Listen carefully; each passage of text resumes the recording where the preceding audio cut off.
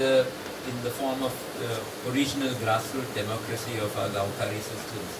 But these places are all going together. So this is again Mopa plateau, and it's like a 170-meter high plateau, and here just on the edge of the plateau you have springs all around. So you have 46 major perennial springs right up here, and which give water to all kinds of people, of course. About 10,000 people live off this water. But you have the tiger, you have leopards, you have bison, you have everybody drinking that water, even cows. And today, this is after they have cut about 55,000 trees, they say, but we think more than a lakh, and there are still that many more trees still on that plateau. And and this is all being done in such a manner which is, it's unbelievable that when you make an environment impact assessment study before building an airport, you say there are no trees, there are only a few bushes. And then you go ahead and cut a lakh of trees, 100,000 trees, and so who's going to, you're saying there are no trees, so you're saying there's no impact, and therefore you get permissions.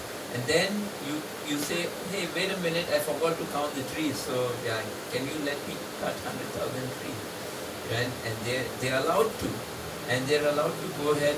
And you see this plateau is up, it's a plateau. It's got all these springs around it, 46 springs. And now when you can imagine the water comes up from that height, such an amazing gift. You don't need pumps, you don't need anything. You can take the water anywhere, all across. You can cultivate like crazy. You can drink that water. It's the most amazing spring water. And and now you're going to concretize the plateau. So from where are you going to get the water? And so here we are fighting this depletion of our groundwater. Here we are. This village doesn't have water of its own, though it's got water, I guess.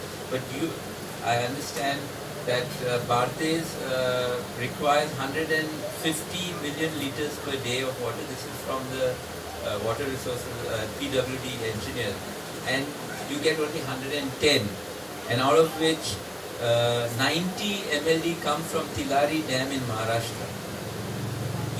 So we don't have water here.